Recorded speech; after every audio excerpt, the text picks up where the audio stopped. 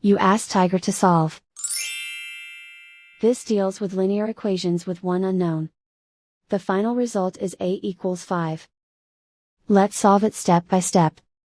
Group all a terms on the left side of the equation. Add 10a to both sides. Group like terms. Simplify the arithmetic. Group like terms. Simplify the arithmetic.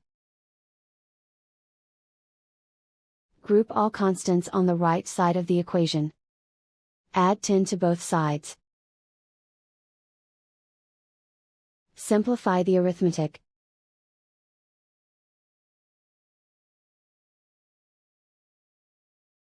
Isolate the a.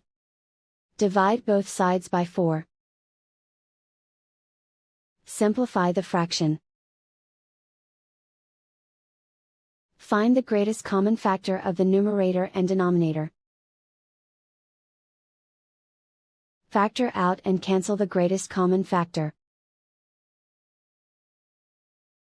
And so the final result is a equals 5.